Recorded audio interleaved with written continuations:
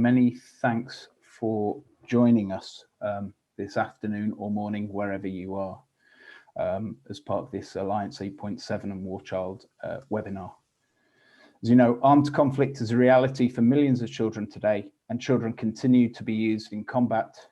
Target 8.7 explicitly states that the recruitment and use of child soldiers should be prohibited and eliminated by 2025, with only 4 years left to reach our target, and with this year being the International Year for the Elimination of Child Labour, it is time to reinvigorate action.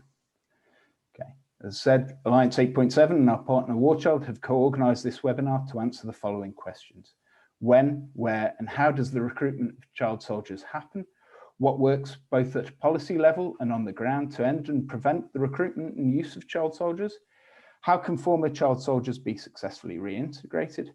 And where can I access useful tools and resources? I'm Simon Hills of the International Labour Organisation, welcoming you to this event, and we are hoping to have a very interesting debate and talk with some very senior specialists to talk on this subject. We have Virginia Gamba, the Special Representative of the Secretary General for the Office of Children in Armed Conflict. We have Dew Benny, a former child soldier himself, Dew Benny, a former child soldier from the Central African Republic. Unfortunately, the web link there and the internet is not so stable, so we will move to a video by him, and hopefully Dew Benny will be able to join. We have Jorge Macias from the Guillermo Torriello Foundation of Guatemala, and many thanks to the Guatemalan government for their recommendations for Jorge joining. We have Sandra Olsen, the Reintegration Advisor for War Child, and Jennifer Fendrick, the International Relations Officer from the Office of Child Labour, Forced Labour and Human Trafficking Bureau of International Labour Affairs of the US Department of Labour. Okay. Many thanks for everyone joining. As said in the chat, we do have some housekeeping arrangements. So just to let you know that the webinar will be recorded, and so please be aware of that. And for those of you who require it, the webinar will be in English, Spanish, and French. And so there is translation available. So please, at the bottom of your screen, you can choose on the translation option and switch between English, French, and Spanish. I will actually throw open to Christina. Do you want to just say that in Spanish for us quickly for our colleagues joining from Latin America, so they're aware of the translation as well? About the housekeeping matters, you mean? Yeah. Yeah. So we are translating. Estamos en español, ¿no? Estamos traduciendo todo en el chat, todos los aspectos de organización del webinar. Y también, por favor, las preguntas si pueden ser hechas en la sección de preguntas y respuestas, y los comentarios que quieren hacer a todos los panelistas e invitados pueden hacerlo en el chat. ¿Algo más? Thanks, Christina. Okay, without further ado then, as I said, we will move straight on to the video from Dew Benny. As mentioned, he is a former child soldier from the Central African Republic, and due to internet instability, he has recorded a message for us. Hopefully he will be able to join the panel discussion later as well, but let's start with his message.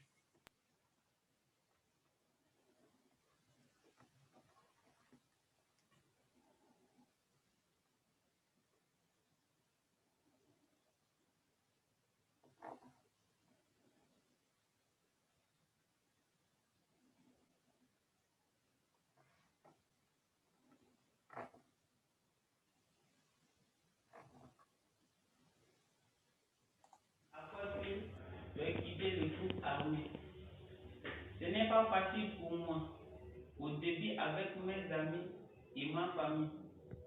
Mes amis ont fait du avec moi et même famille aussi.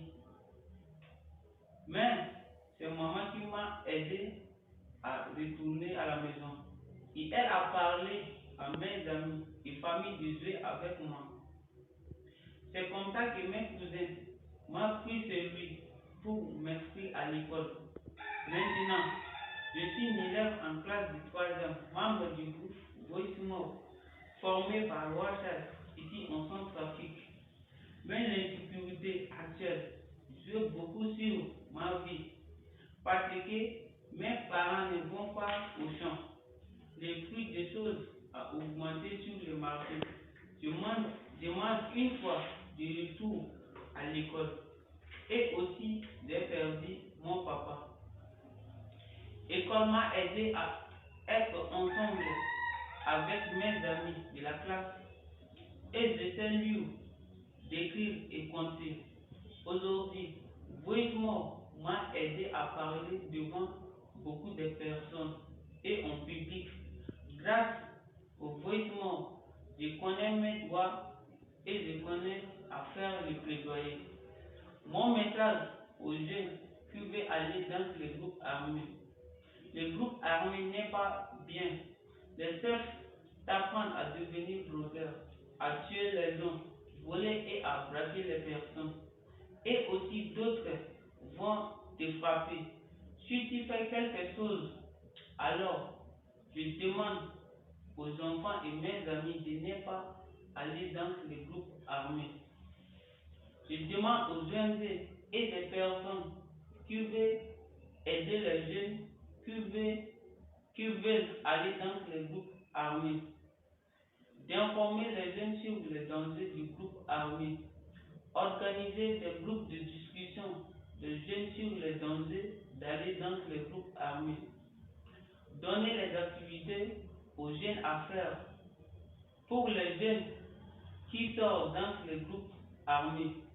Je demande pour qu'on puisse appeler les jeunes de sortir les jeunes dans ces groupes armés.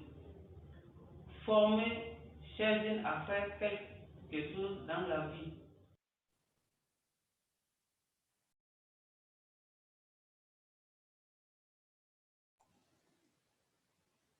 Okay, welcome back. Thank you so much, Diobeni, for that opening video. And as I say, hopefully Diobeni will be able to join us in the Q&A later. As well, just to let you all know, to try and make this as interactive as possible, we will be holding poll questions as the webinar is going on. So please do pay attention to what's going on and feel free to answer as freely as possible as and when you see the polls. It will help us with the discussion and give us some idea of how you're all participating. As so far, I see we've got well over 100 participants on the call, which is very, very good. So I hope you all stick with us. Now we move on to the next speaker and the opening address. And it's my great pleasure to welcome the Special Representative of the Secretary General for Children in Armed Conflict, Professor Virginia Gamba. Professor, many thanks for joining us. Please, over to you. Thank you very much. Excellencies, distinguished panelists, ladies and gentlemen, I would like to thank Alliance 8.7 and War Child for organizing today's event.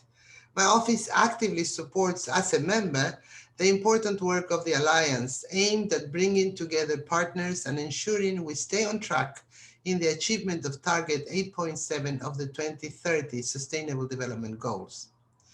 The recruitment and use of girls and boys in armed conflict is one of the most egregious violations of children's rights and has been identified and condemned by the United Nations Security Council as one of the 6 grave violations against children in times of war.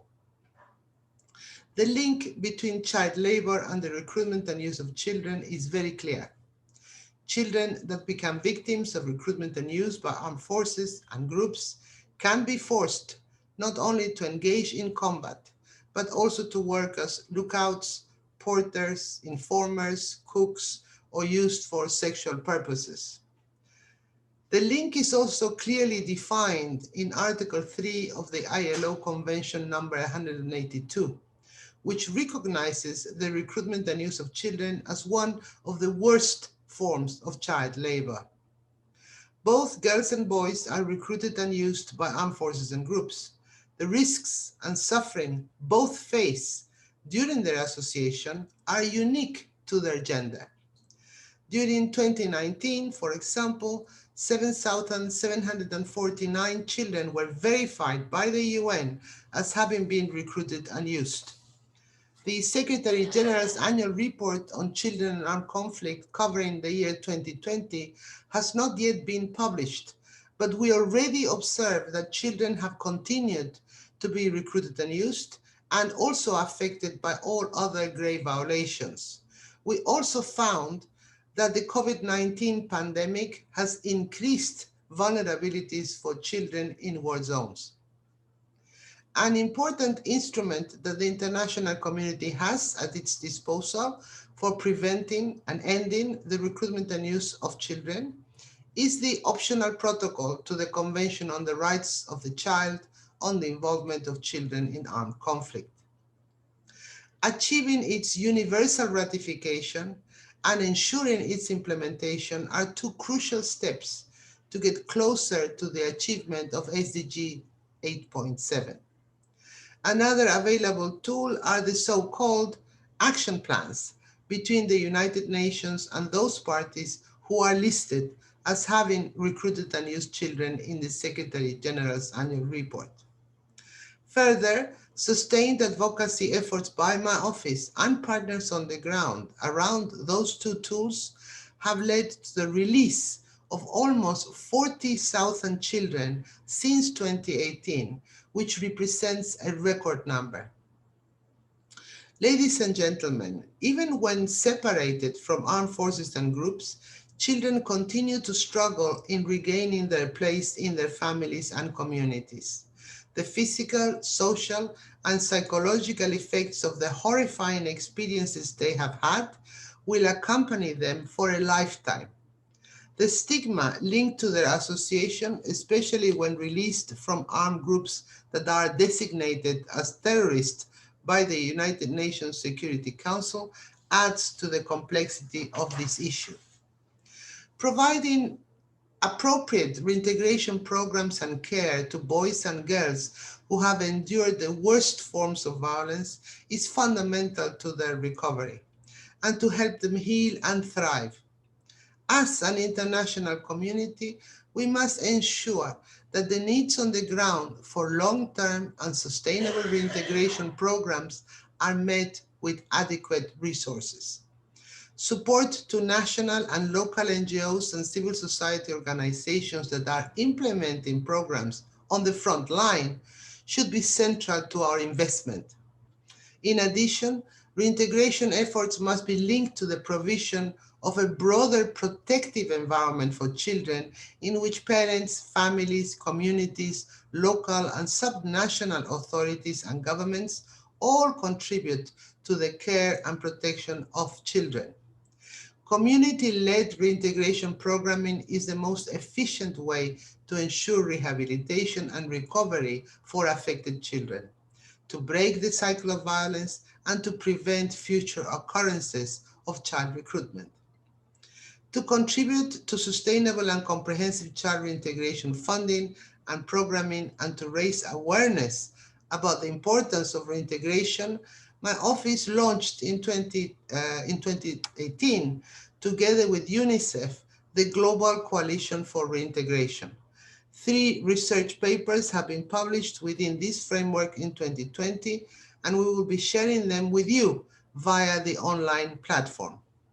Ladies and gentlemen, to conclude, as 2021 marks the International Year for the Elimination of Child Labor, we have the opportunity to renew our commitments to end and prevent the recruitment and use of children and scale up together the work and the investment towards the achievement of SDG Target 8.7. Separating children that have been recruited by armed groups and forces and ensuring their reintegration is fundamental to combat this scourge. but only in preventing this violation from occurring in the first place will we be able to make this goal sustainable. Advocacy, prevention plans, and incorporating language to better protect children during mediation and peace processes should also be a priority for all of us. I really thank you for this and for your attention. Thank you very much, Professor Gamba. As you said, this is the International Year for the Elimination of Child Labour. Just a quick question to you. When will the report from your office be out in case Alliance members are interested? And do you have any quick words or areas where you feel that Alliance 8.7 members can also support and advocate and push for this issue of the elimination of child soldiers more within the global debate? Yes, thank you very much for the opportunity. The report is due to be debated at the Security Council open debate, I believe on the 28th of June. As such, the publication of the report would happen earlier, most possibly in the first week of June. This is where we are targeting the publication. I think I feel very strongly that at this point, and as a result of the COVID impact, as you know, yesterday we published a report of my office on the impact of COVID-19 on the CAC agenda, and it is very worrisome. I think there is advocacy to be undertaken. What has happened very clearly is that the socioeconomic conditions have worsened in almost all the situations of conflict, never mind globally, because of lockdowns and the measures taken by governments to combat the COVID-19 pandemic. And this has generated new push factors for children and their families that give them no option but to engage in recruitment again. So we might be losing the ground gained because of the lack of options in support of communities in this situation. Further, the children with schools closed because of COVID-19 are at dire risk of being abducted. We're seeing a rise in abductions. We're seeing also a rise in sexual violence against particularly girls in this case when schools close. And the children are left to wander the streets or have very, very dire situations in their hands. So I think the Alliance must try to advocate for a broader shield to protect not just the child, but the child's community, so that the child will have an education and will have an option. I also believe very strongly that we need more for early warning of attacks that might occur against children. There is a lot of cross-border attacks we're seeing, particularly in the Sahel and Lake Chad region, which, as you probably know, is affecting very hard places like Niger and Cameroon. We need to do more to bring to the attention of the world that you cannot recruit children just because either there's no choice or they're easily to come by. Thank you very much. Thank you, Professor Gamba. And I see in the chat as well, the report you're talking about in terms of COVID has been shared by colleagues from your office and others with all panelists. So I recommend all to have a look at that later once the event's over, if possible. And I believe as well, you mentioned Lake Chad. I believe you recently released a statement on that as well, which is available online for people to see where it's interested. Thank you as well for focusing and concentrating on community organizations and rehabilitation. As we move forward to our next speaker, I think this will be a key area that he will speak more about. As I say, we have next Jorge Macias from, sorry, I'm losing my space here. Where is it? It's the, from the Guillermo Torriello Foundation. As I say, Guillermo was recommended to us through the Guatemala government, which is a Pathfinder country, and so we really appreciate the involvement and support both of the Guatemala government and also Jorge. So without further ado, I will hand it over to Jorge. Thank you very much. Sí, buenos días. Espero que me escuchen bien. Tengo algunas dificultades con el audio, pero trataremos de... Bien, quiero enfocarme aquí en relación a la experiencia que tuve. Fui parte del movimiento guerrillero aquí en el país. Yo me alcé, me incorporé a una organización guerrillera a los 16 años. Fue hasta los 19 años que pude ser combatiente. Y estuve desde 1976 hasta 1996 en que se firmó los acuerdos de paz. Estuve en la montaña. Posteriormente me incorporé ya en el 2004 a la Fundación Guillermo Toriello, donde aún continúo trabajando y trabajando en relación a la memoria histórica. Disculpe. Excuse Jorge, at the moment it's a bit choppy, so I think we're all struggling to hear. But if you could, I think now it's okay. If you can start again, perhaps. And I'll shut the other option possibly is if we drop video, maybe the connection will be slightly better.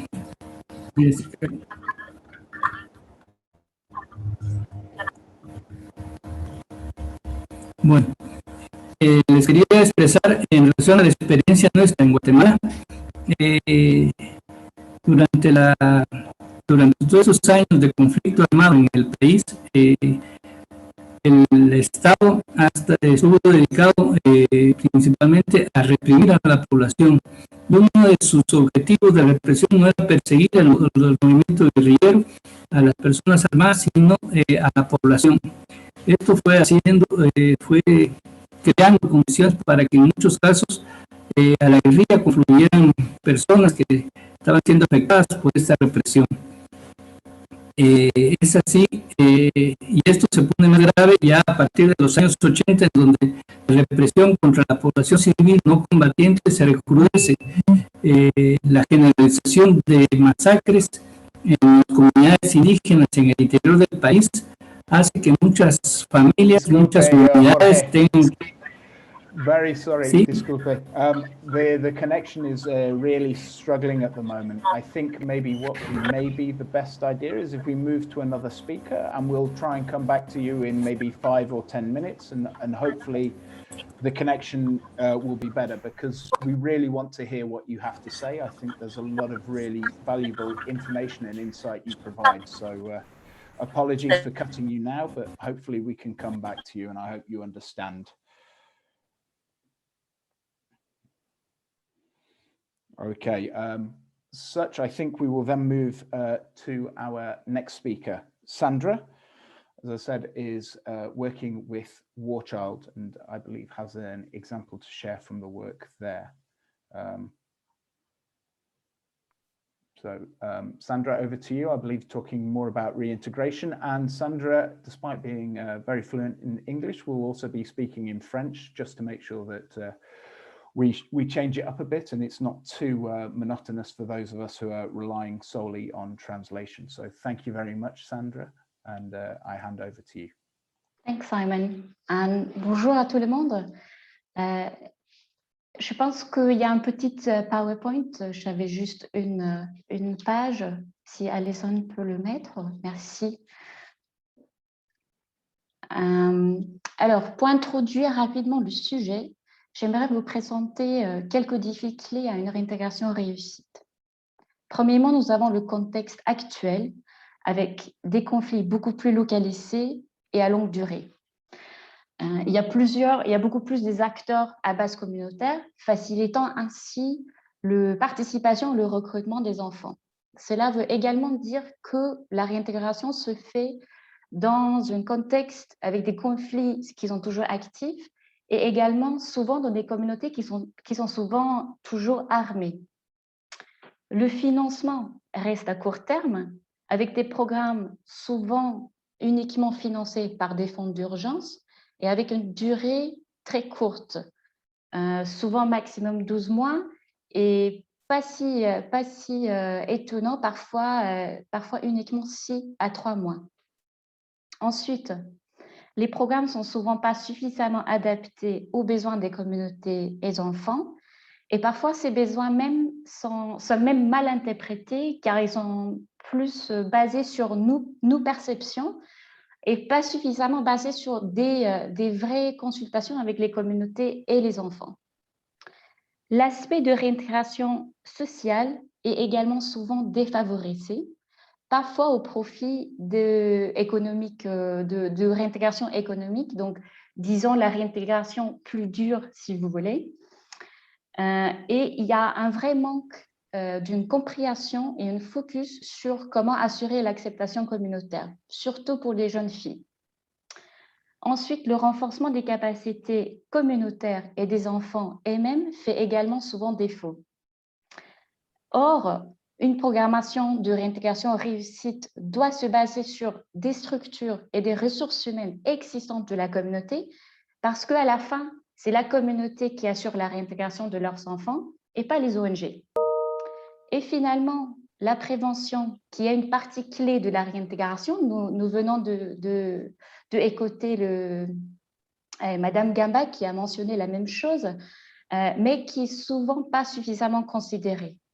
Alors, il y a un besoin énorme de pas uniquement cibler les survivantes de ces violations, donc les enfants associés aux forces et groupes armés, mais également les enfants et les jeunes à risque. Il y a également besoin de beaucoup plus nous focaliser sur la capacitation de la communauté et les enfants eux-mêmes pour qu'ils puissent devenir des agents de paix, des agents de réintégration. Et finalement, de beaucoup plus focaliser sur de positionner la réintégration, pas uniquement dans le secteur de programmes humanitaires, mais également dans tout ce qui est tous les secteurs de développement, de consolidation de la paix et de sécurité pour pouvoir travailler à travers ces secteurs et avoir une vision plus durable et à long terme. J'aimerais terminer avec un enregistrement qui vient d'un de mes collègues de la République centrafricaine et qui parle justement de certains de ces défis. Merci beaucoup. Alison, if we could share that video from Cherubin.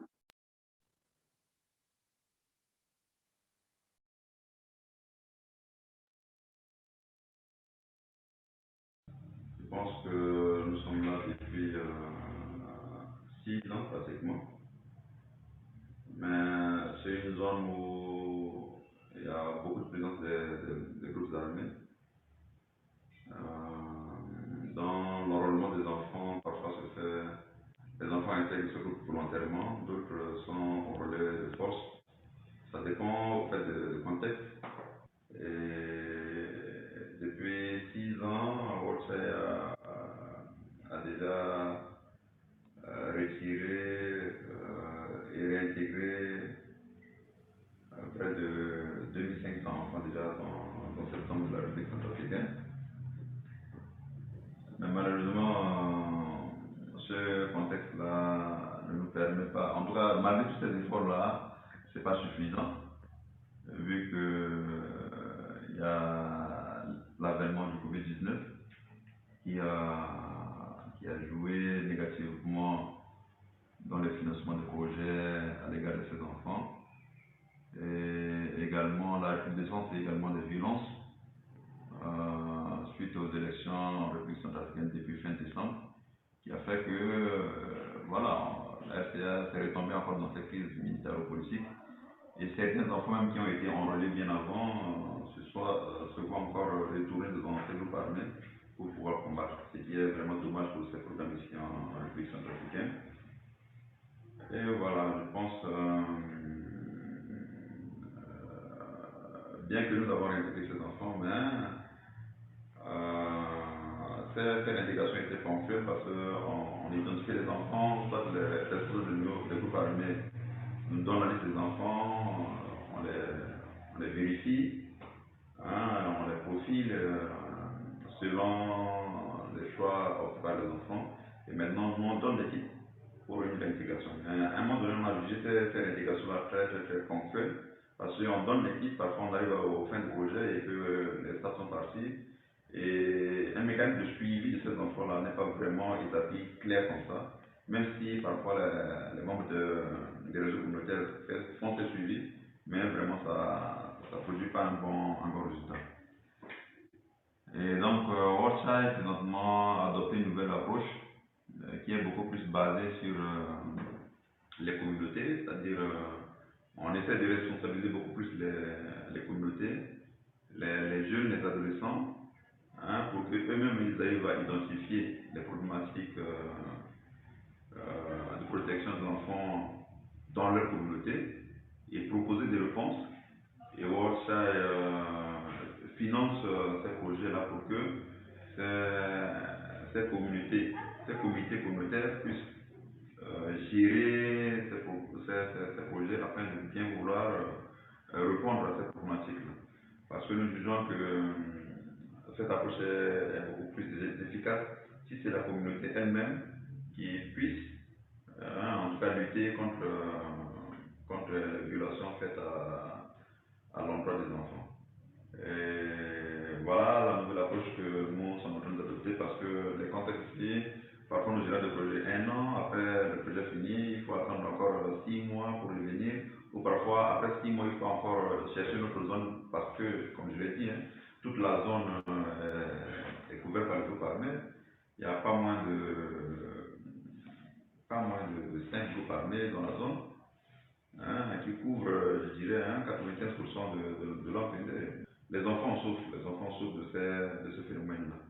Et si nous devons répondre dans toutes les localités où qui représente la plus grande préfecture de la République centrafricaine, on ne pourrait pas avec notre projet. Et donc, voilà, nous espérons avec cette nouvelle approche que maintenant on va responsabiliser les communautés qui pourront éventuellement répondre aux besoins. Et même si à la fin du projet, Worldchild n'est plus là, mais ces communautés-là sont déjà responsables, ils peuvent déjà à leur niveau essayer de proposer d'autres projets avec d'autres acteurs qui sont dans la zone ou qui ont des financements supplémentaires pour pouvoir aider à cela.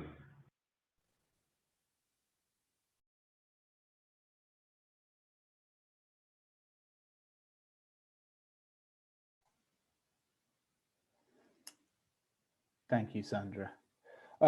Quick question to follow up as well, talking about the needs of the communities to be involved and the importance of reintegration. How, for example, in the example given there of CAR, how responsive have communities been? Because obviously it's a very complex issue. You're dealing with reintegration of child soldiers, but these are also communities who've been affected by the violence themselves. So how do you work to try and get the communities buy-in, as it were, and see this as important and something that's healing and beneficial for the long term? Thanks, Simon.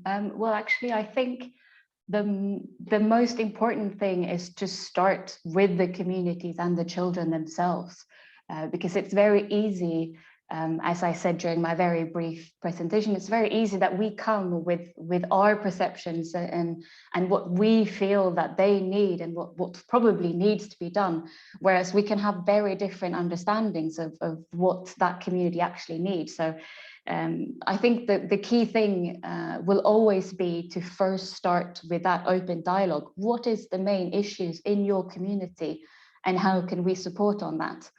And perhaps for us, it is the recruitment of children. Perhaps for them, it's the fact that there's no active school in that community, which for us is obviously key, because if we can support the school structures, then that will hopefully enable more children and encourage more children to stay in the community.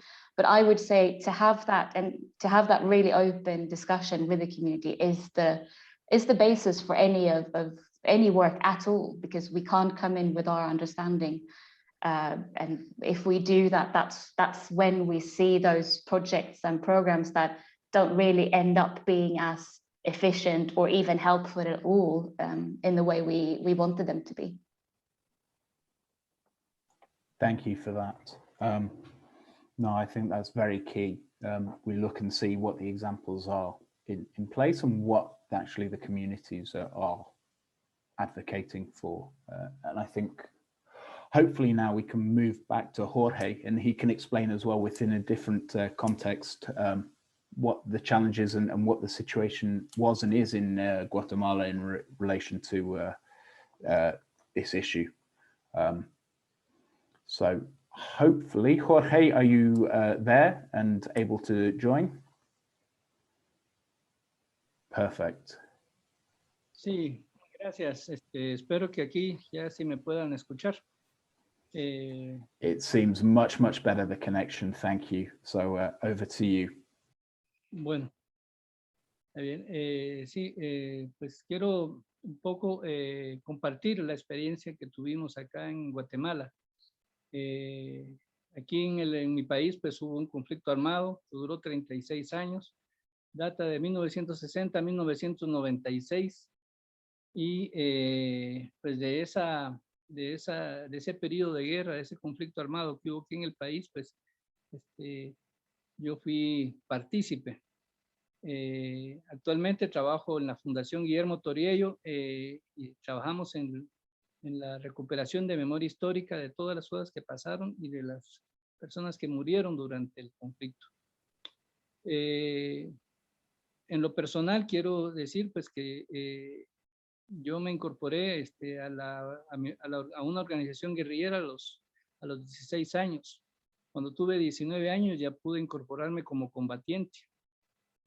Y he de decir que en las situaciones en las que vivimos nosotros, pues la represión que se desató por parte del Estado hacia la búsqueda de la democracia en el país, hizo que se desarrollara esta guerra, este conflicto. En lo personal, pues en 1966 fue asesinado mi padre. Y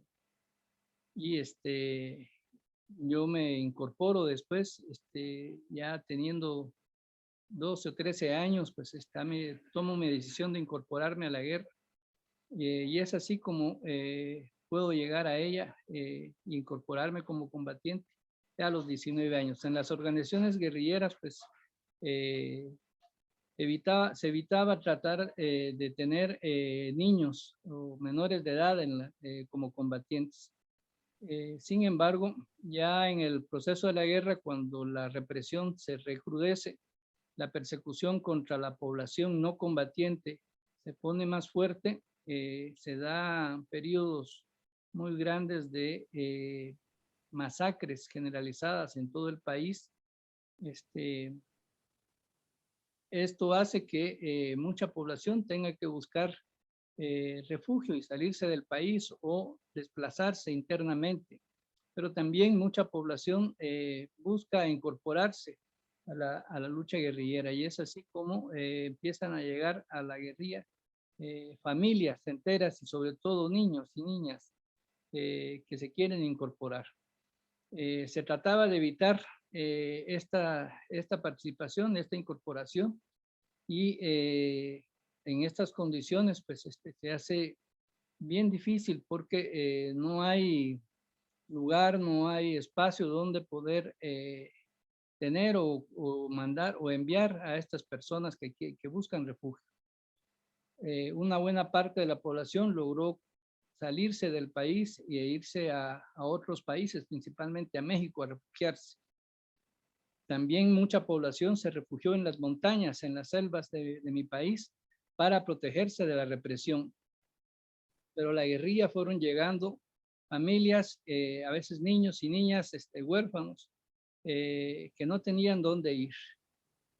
Y pues se les trataba de ubicar en lugares con protección, donde hubiera población y donde no tuvieran peligro de estar en combate. Sin embargo, sí hubo excepciones. Dentro del proceso de recuperación de memoria histórica, logramos recuperar la historia de Chepito. Tal vez más adelante les van a compartir a ustedes varios enlaces para conectarse, para ver el libro, la historia, la vida de Chepito Ixil. Él es un niño de una de las regiones más golpeadas por la represión. Yo lo conocí a finales del año 80. Fue cuando lo pude conocer. Estuve un poco más de un mes en un campamento donde estaba él. Y lo que recuerdo de él era un niño de 14 años aproximadamente, 13 o 14 años tendría en esa época. Y era una persona muy seria. Uno hablaba con él y pues ya en ese tiempo entendía mejor el español. Él habla idioma Ixil, pero ya en el 80 él ya manejaba un poco más el español y podía comunicarme un poco con él. Lo que recuerdo era que era muy bravo, muy enojado, y era una forma de él de expresarse y de que le respetaran como persona, como adulto.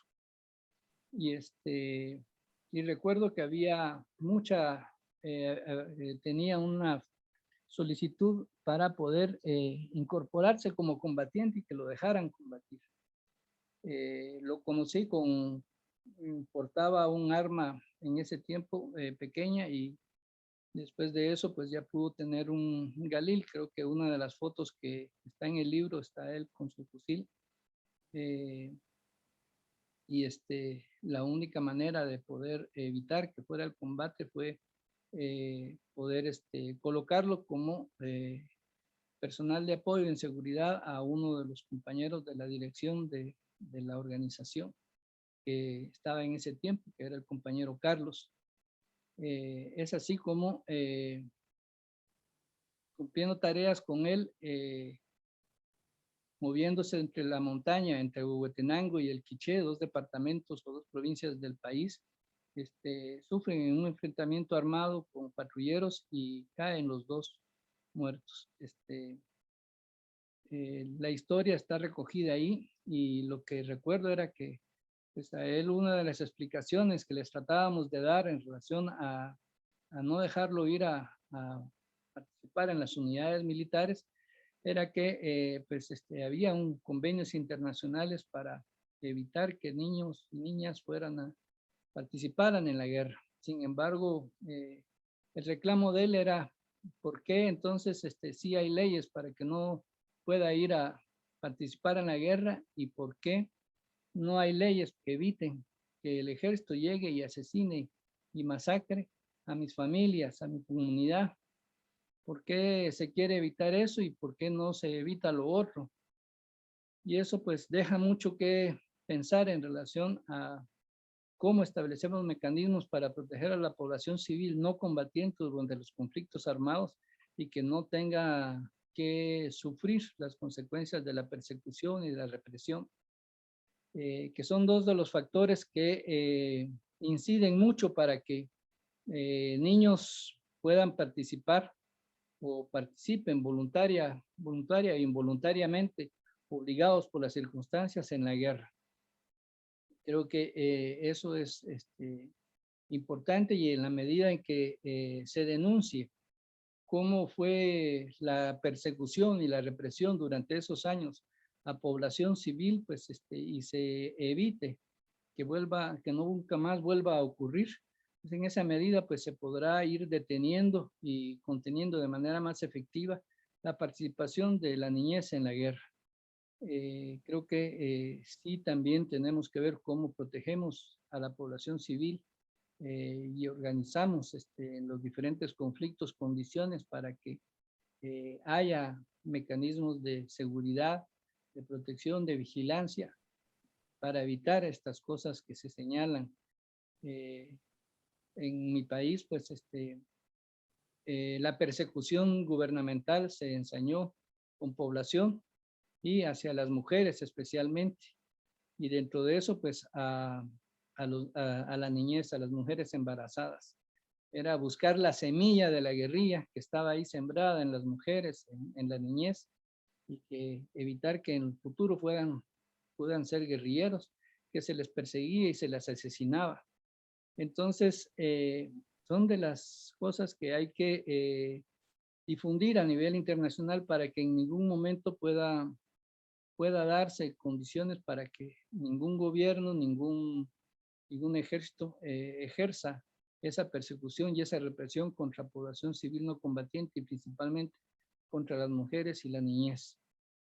Eso tendría yo que expresar en todo esto y transmitir como experiencia particular.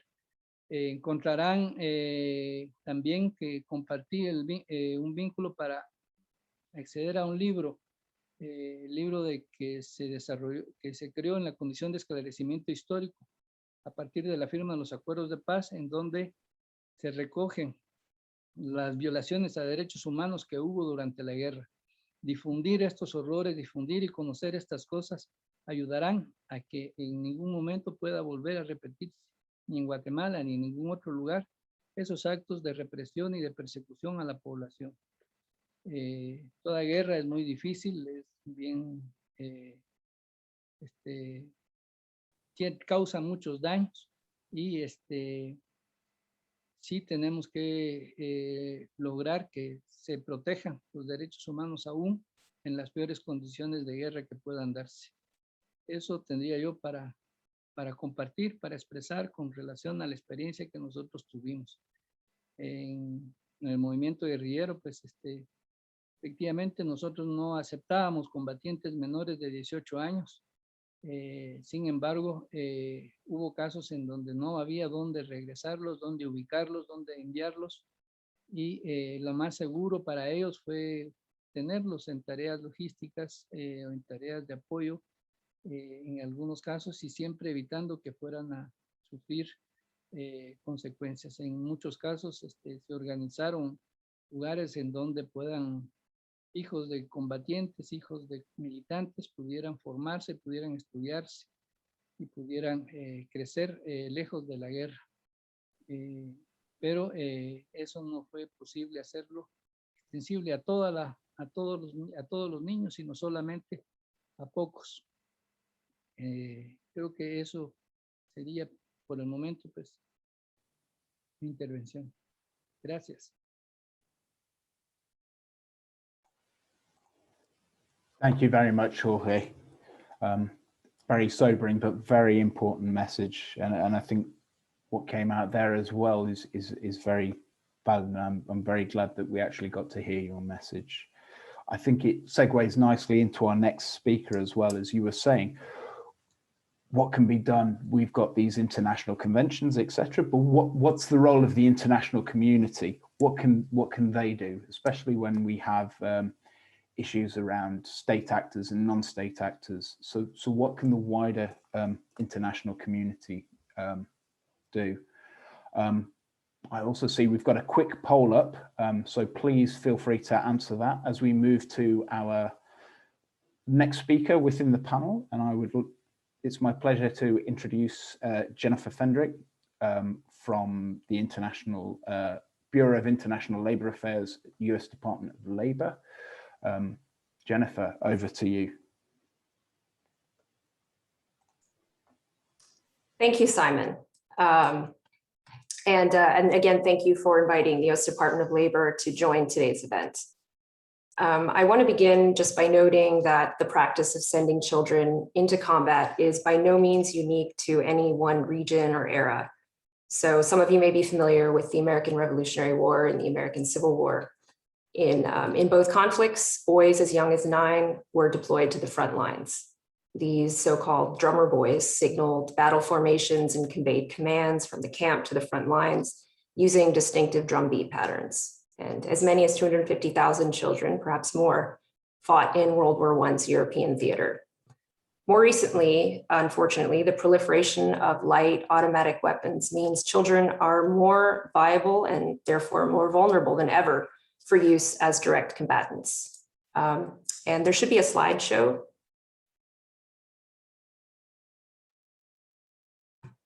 And thank you. Next slide, please.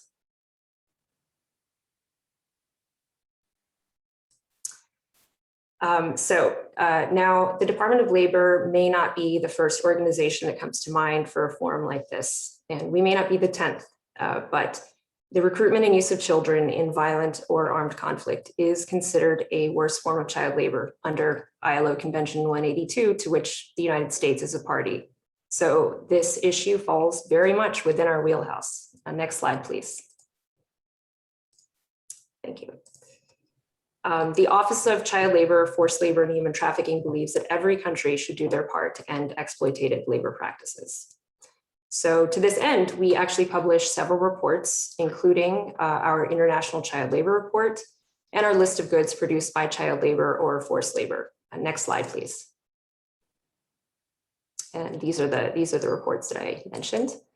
Updated versions of these reports were released last September and are also available on our Sweat and Toil app, which we encourage everyone to download. Next slide, please. Our research is updated on an annual basis, and we actually have a team of 30 expert researchers who are devoted to the ongoing collection and analysis of data from around the world for these reports.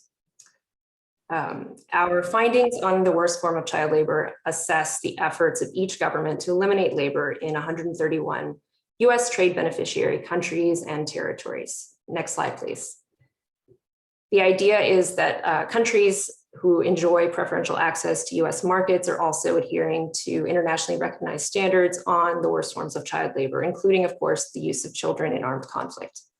So our data suggests that of these countries, 66 do not meet international standards for the prohibition of military recruitment by non-state armed groups.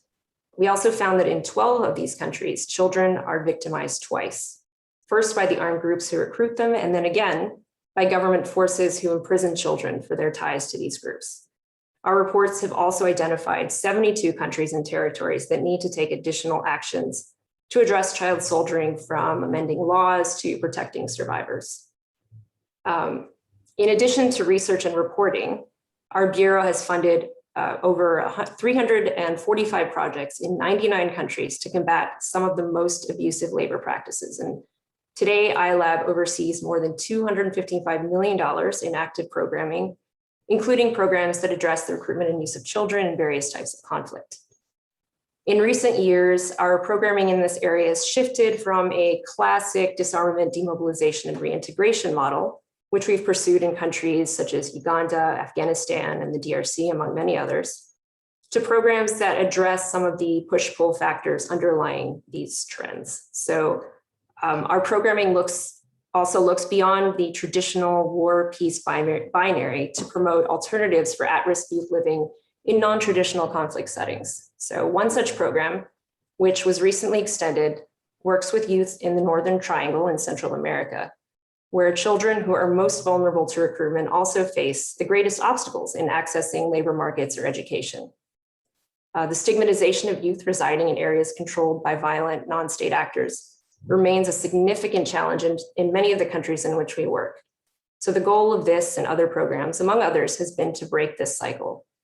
And I just want to note that while the project itself has been broadly successful, the grantee themselves admitted that they did not adequately plan for the difficulty that they had in accessing youth who lived in gang-controlled territory. So some of the local partners they worked with who did have pre-existing ties to the community were able to help navigate these boundaries. So I really want to underscore the importance of leveraging local networks, as other speakers have mentioned in their description of the community-based DDR models, who have earned the trust of their communities rather than outsourcing this work to external implementers. And finally, successful projects should be able to offer a compelling vision for frustrated, impoverished children. This requires a creative, holistic, and ground-up approach to project design. And finally, the impact of the pandemic on the worst forms of child labor, and of course on government's ability to address the problems, remains a foremost priority for the US Department of Labor. So we look forward to working with all of you to confront this issue. Thank you. Thank you very much, Jennifer. I think it's very interesting having the wider perspective as well. If you look at ILO's global statistics and trends as well, we look that the majority of cases of the worst forms of child labor, which children in armed conflict is one of them, the majority are in conflict affected countries. So the issue of children in armed conflict and the issue of child labor goes way beyond just the conflict itself, but the issues of fragility, insecurity, and poverty and repression, as Jorge was saying. So I think what's coming out is the holistic way of needing to look and address issues of inequality and child labour within a wider context as well. Thank you. I think quickly just to thank you to all the speakers so far. I think quickly just to summarize what's been said for the benefit of everyone listening, and then we can move on to the Q&A section. So please do feel free to post your questions into the Q&A option at the bottom of the screen. And do please feel free to join in with the polls in case any pop up while I'm talking now. I think from what was said already, we've had from Sandra, the challenges to reintegration at many levels. Locally ongoing conflicts can mean that there's less willingness for communities to engage, but then again, there's a need to ensure they're relevant to reduce vulnerability and effect. As Cherubin said, funding is already low, and because COVID has dropped, funding has become even more scarce for such programs. So there seems to be a need for ensuring that within the wider debate on the elimination of the year of the elimination of child labour, that the issue of children in armed conflict is also prioritised within that. Through Jorge's very strong speech as well, armed groups are often willing to discourage child recruitment, but poverty, insecurity also affects that. And what do you do to maybe reduce harm, but still reduce the effects, as we've seen, while maybe involving children in the logistical sides, which may sound beneficial or safer, it still leaves children at risk of stigma and harm. And I'm sure the special representative will confirm that this is still counted and a significant risk which needs to be addressed. And then, as Jennifer said, child recruitment being an age-old problem, going back even to the American Civil War and even before. And so we need to look at recruitment, the drivers of recruitment as well. So thank you for all our speakers. I think now we've got another poll just flashing up if people would like to engage on that. And I think we will now move on to the question and answer and panel section. So if all the former speakers could turn their videos on so we can all see you, that would be very helpful.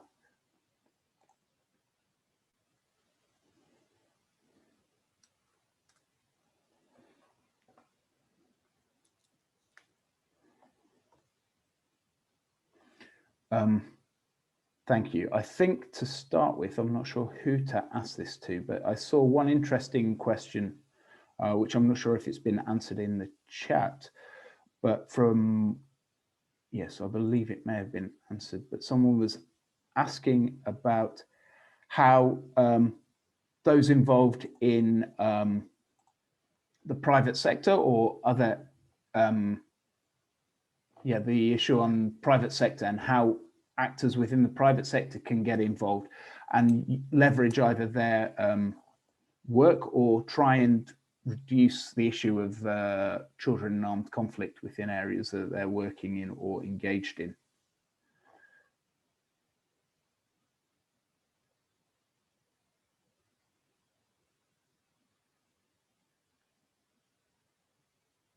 Perhaps, yes, please go ahead, Virginia. Yes, I just don't want to interfere so much with everybody, but I'm old, so excuse me for that. Let me just say, we have to see, I think discussions around recruitment and use have been very, very narrow. And I think we have to see things from a different lens. We're in a different age. We can't look at the problem in the context of today and look at the problem in the context of 200 years ago, or even 100 years ago, or even 50 years ago. There are changing contexts. For me, it's very clear that today we have tools and we have knowledge we did not have 50 years ago, or 100 years ago, or 200 years ago.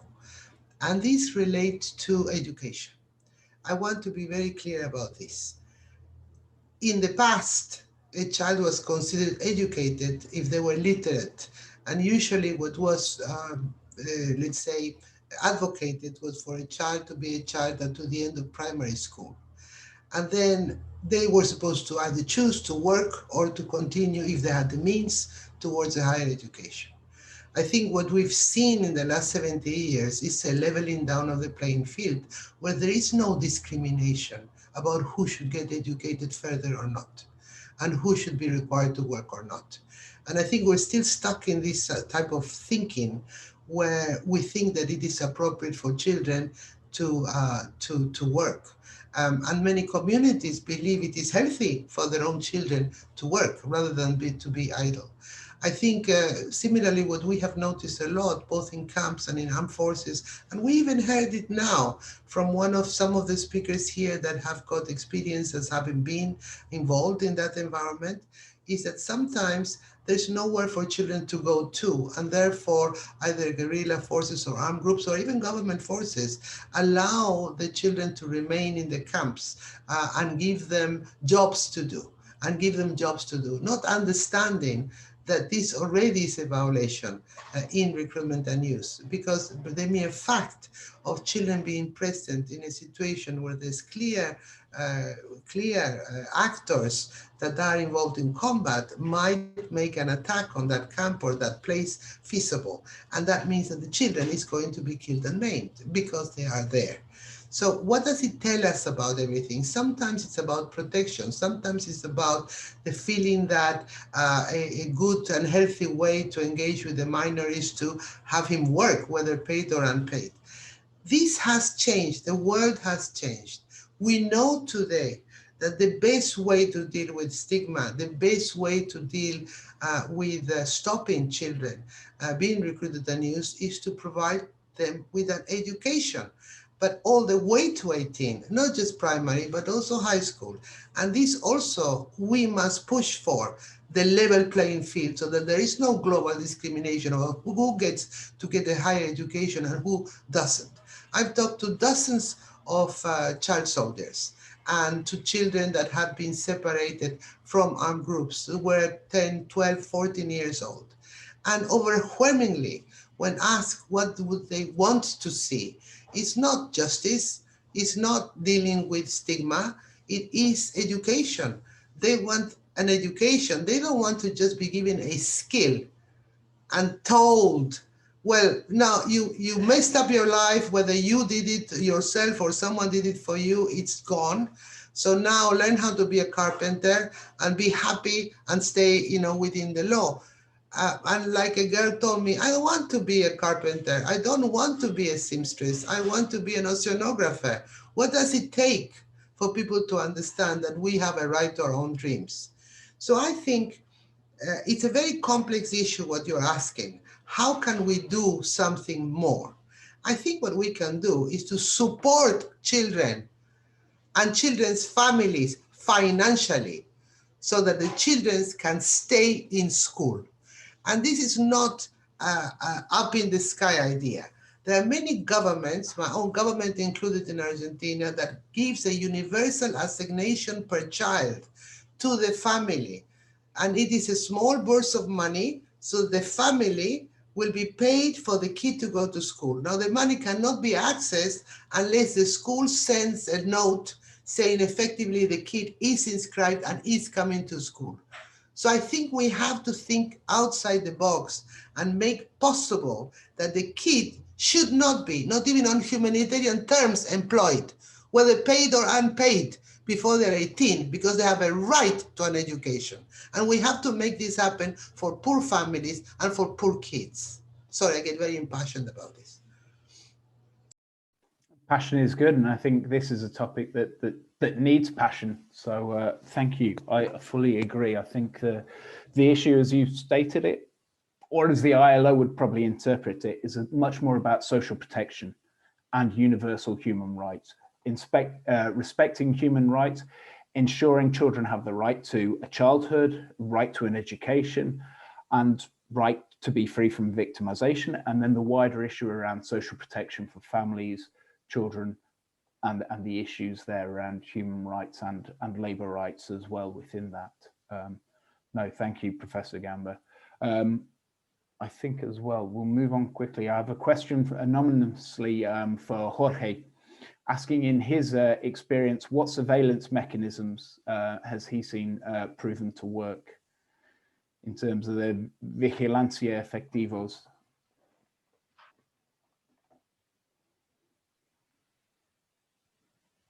Please go ahead, Jorge. Ha sido difícil. Hay dos experiencias. Una es durante la guerra y otra es posterior a la guerra. Yo creo que posterior a la guerra es donde ya puedo observar que hay más mecanismos de vigilancia de derechos humanos. Durante el tiempo de la guerra creo que no sentimos la presencia de ningún organismo internacional de vigilancia a los derechos humanos en el país y se produjeron muchas violaciones, incluso graves, violaciones a derechos humanos. Es a partir de la firma de la paz en donde se producen, entonces se dan, ya funcionan algunos mecanismos de vigilancia de derechos humanos que han contribuido a que en el país pues, pueda desarrollarse o producirse un juicio, algunos juicios contra los peores actos de violencia durante la guerra. Hace años pues, fue enjuiciado uno de los expresidentes golpistas del país, Ríos Montt, fue condenado por genocidio. Al final, pues la sentencia fue revocada por cuestiones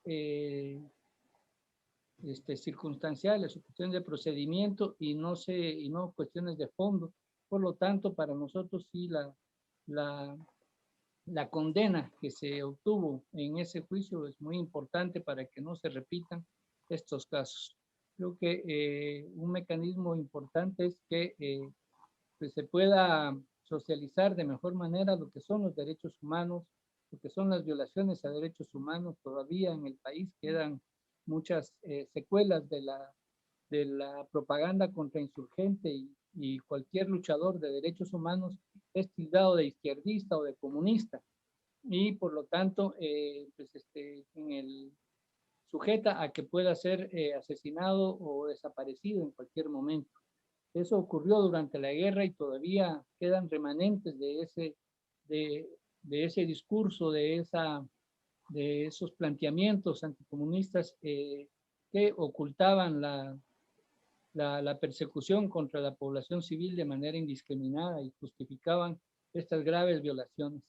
Creo que ahorita se está discutiendo un tema importante en el país y es la protección a los defensores de derechos humanos y eso está cobrando relevancia. Creo que ese tipo de actividades y de acciones son importantes y esos mecanismos sí pueden ir frenando estas graves violaciones a derechos humanos.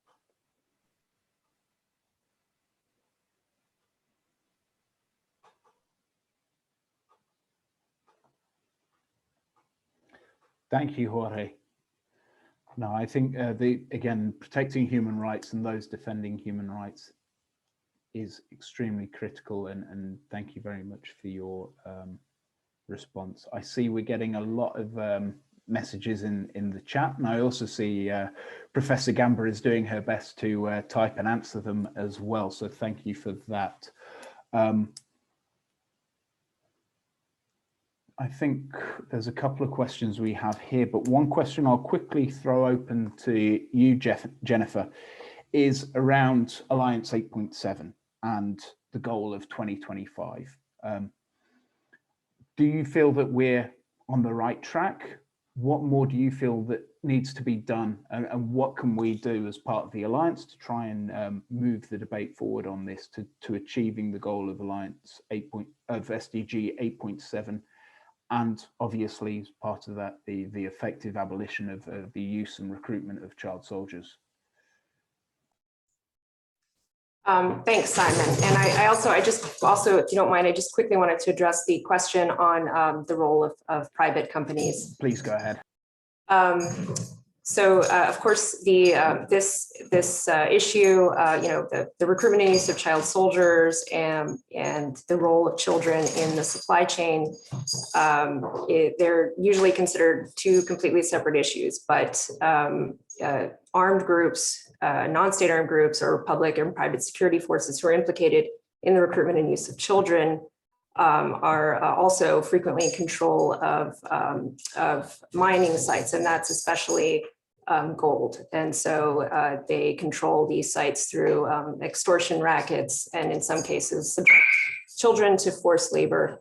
And so I just really want to note the role of the private sector in conducting due diligence. And I want to refer everyone to especially the OECD supplementary guidance on gold, on due diligence in the gold supply chain.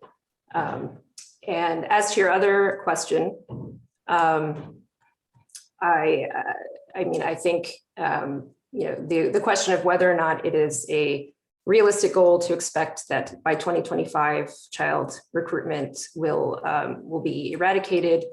I think probably not. As you mentioned, that this practice dates back to antiquity, but I think it is reasonable to aim for a consistent reduction in the level of recruitment and use. I think the U.S. Department of Labor, which is a member of Alliance 8.7, it's important for us to continue, of course, to bilaterally engage with countries who appear regularly on lists of perpetrators, including, of course, the annex of the SRSG CAC report, or our own list of the Child Soldier Prevention Act list.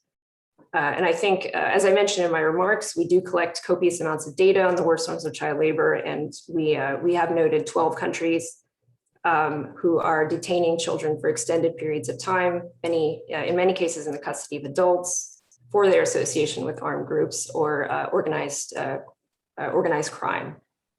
So I think we really need to engage more with governments on addressing incarceration of children for their association with armed groups, as well as children who are arrested for other crimes and who are impressed into gangs during their incarceration. And I think finally, I just want to note that I think we need to recognize that the nature of armed conflict is evolving, and that our approach needs to evolve with it. And I think we need to come up with solutions that reflect some of the realities of the 21st century. So, thank you. Thank you, Jennifer. Another question coming in from Victoria. I think Professor Gambo's tried to answer it online, but for everyone, I think it's an interesting question, so we'll share it in the group. What can be done against non-governmental groups recruiting child soldiers that are not affected by UN protocols, who are not concerned about the international year or other points such as this? What leverage is there against such groups as this? And I think I'll throw this over to Sandra, especially with the examples she shared earlier, for your insights on this, Sandra.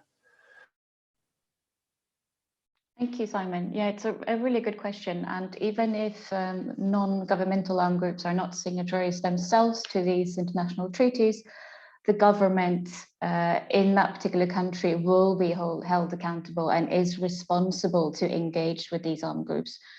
So there is a lot of work we can do. There are a lot of actors specialized in engaging with non-state armed groups.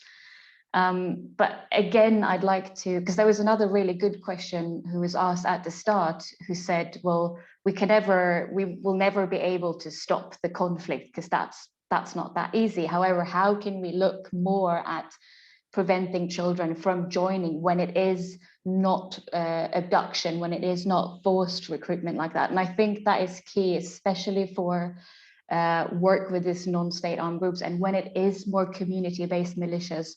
I just moved back from Central African Republic. That's why we had loads of videos from one of them from my former colleague. Central African Republic is a country which is suffering from very little funding. There is a lot of non-state armed groups. They're occupying, or they're controlling, or they're present in in over 80% of the country's territory. So the only way to actually prevent recruitment there is to engage at a community level, to understand why the children are joining. If they're joining for lack of opportunities, then support them to achieve that together with the community. A very long response, but there is just to say that in a lot of countries, engaging with these type of non-state armed groups is even more important than engagement even with the government, because they are the ones in the field, and they are the main ones who are recruiting children. Thank you, Sandra. No, definitely. I think that was a very strong answer as well. Professor Gamba, is there anything on top of that you would like to add? I think we also have to consider armed groups, not just those that oppose the government. One of the biggest problems is with weak states and weak military in many cases. Communities that are fed up of being attacked by everybody basically arm themselves. And many times what we do see is paramilitary groups or vigilante groups emerging, which characteristically do utilize children. Unarmed children. And although they might be said that there is in self-defense or in a proactive way of defense of the culture or the community, this is something that is happening, and it's happening more and more. We're seeing an increase in these clashes, communal clashes, utilizing children and using them for combat. So I think we have to consider armed groups, also those groups that are operating, perhaps not organized, but from community level. And the answer to that is public awareness. We have to reach every single community to inform them why it's not a good idea if they're going to do this to involve children. It's a long slog, but it has to be done.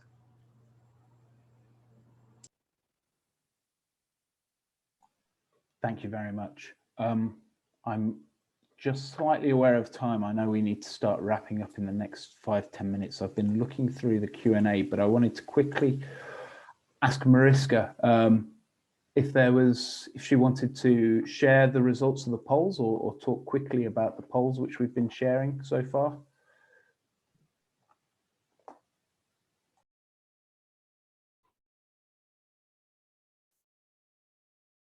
Hi, Simon. Can you hear me? Can you see me? Hi, yes, we can see and hear you, okay. Please. Go ahead. I've only just got the polls to some questions, so it might, I will do what I can. So 67% of us work or have worked on the issue of children affected by armed conflict. So 33% are fairly new to the topic. Can we end the recruitment and use of child soldiers by 2025? 18% of us are very positive. I think it's achievable. 27 are not quite sure. And 60% say no. Alison, do you want to add any more poll questions to discuss? Yeah, I see. Oh, there, I can see them now. Thanks. Who is accountable for ending the recruitment and use of child soldiers? 73% of us think states are accountable, states where there is ongoing recruitment and use. And the second most chosen option, but with only 14%, was communities where children are being recruited. So that would hint at a more sort of community level response. Surprisingly, humanitarian and development actors got 0%. The next question was about the impact of COVID-19, and do we think that the number of children associated with armed forces and armed groups has changed? 41% thinks there's been a slight increase, and 25% thinks there's been a great increase. So on the whole, we can comfortably say that the audience for this webinar, the majority think that there's been an increase. Thank you. I think that's actually not a bad topic to discuss actually and throw open to the panel. Professor Gamba, you had already mentioned that you have the paper out saying about some of the impacts, but I'm sure Jennifer as well, through the programs that iLab is running, you're seeing the impact of COVID on the ground beyond just say in conflict, and Sandra as well in CAR. If could throw it open to you first, Jennifer, what have you What have you seen, and what's been some of the major impacts that you think are noticeable from COVID on the topic of children in armed conflict, and also worse forms of child labour that iLab have encountered? Yes, so thanks, Simon. Of course, we with COVID and especially the closure of schools worldwide, we've seen as many as 120 children pushed into poverty. We've seen hundreds of millions of children who were out of school this year. I'll just give one example. In Colombia, we saw during the pandemic,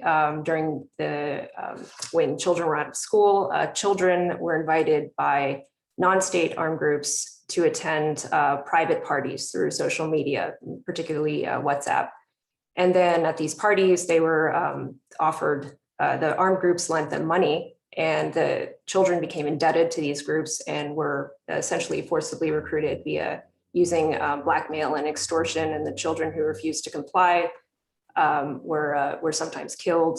And so we saw a significant uptick in the number of children recruited in Colombia in particular. So overall, because of the number of children who were pushed into poverty, the school closures, and a number of other factors, including, as I mentioned, the prevalence of light weaponry worldwide, we have seen a significant uptick in the number of children used in both traditional and non-traditional conflict settings.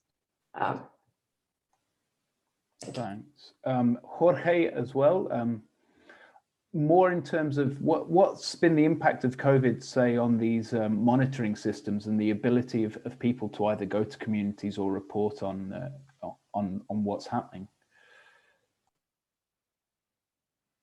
as well as also general levels of poverty and instability, which you said had a massive impact previously in Guatemala.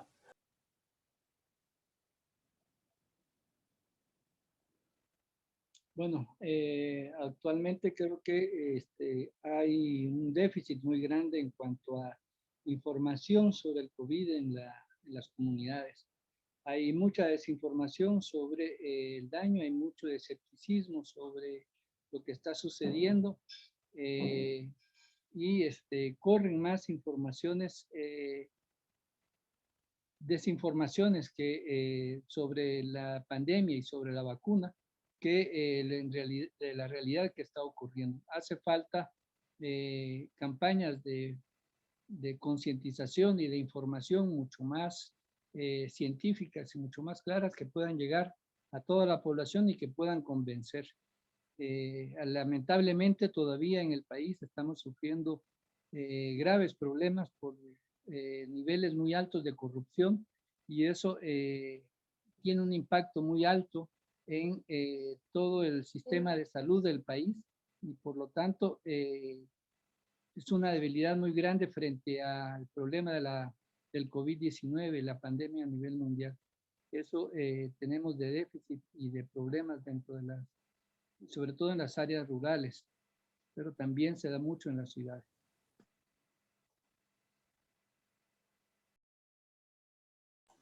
Thank you, Jorge.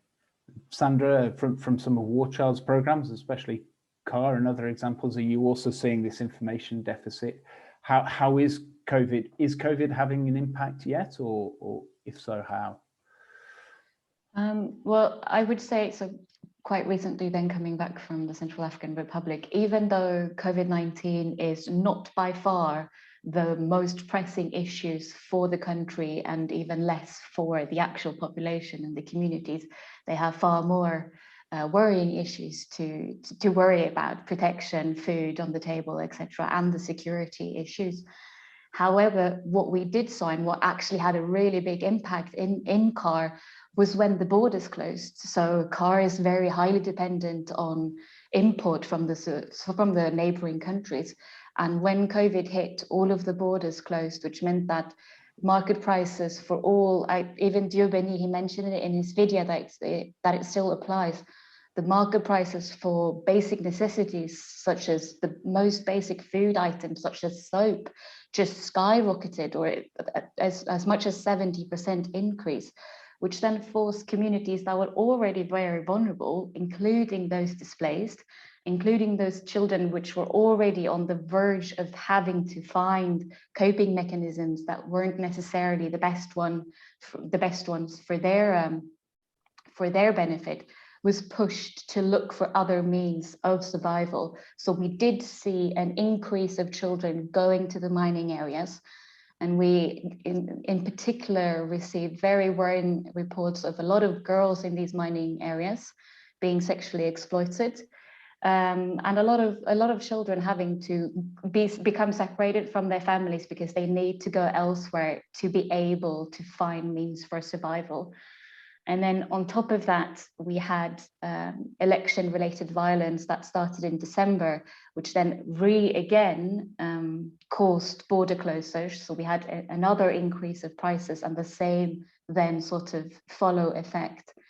And then with all of the other countries who are normally the big donors to these conflict-affected countries are reshifting their funding, are rethinking their development funding, having to potentially reshuffle it and focus internally on a COVID response, that has a huge impact. We've had several ongoing projects with funding from, amongst other, the UK government, who's been completely cut. So it has had an immense impact on what we are able to do on the ground with these populations. No, that's extremely challenging.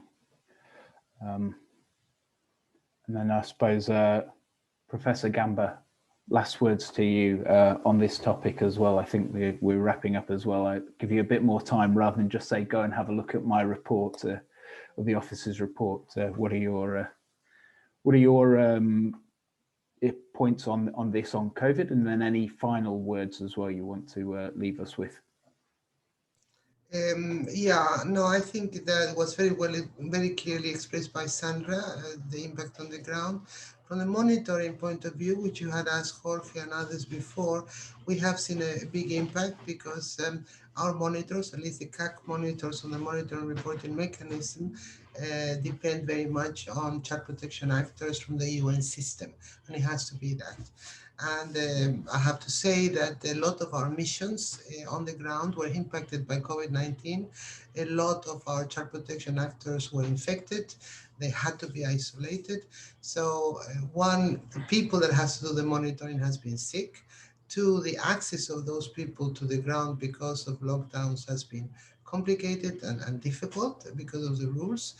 And depending on technology available to each mission, to each place, each country task force, that we call them, on monitoring reporting, has reacted differently or adapted differently to what could be done as remote monitoring through the use of partners, because of the digital issue.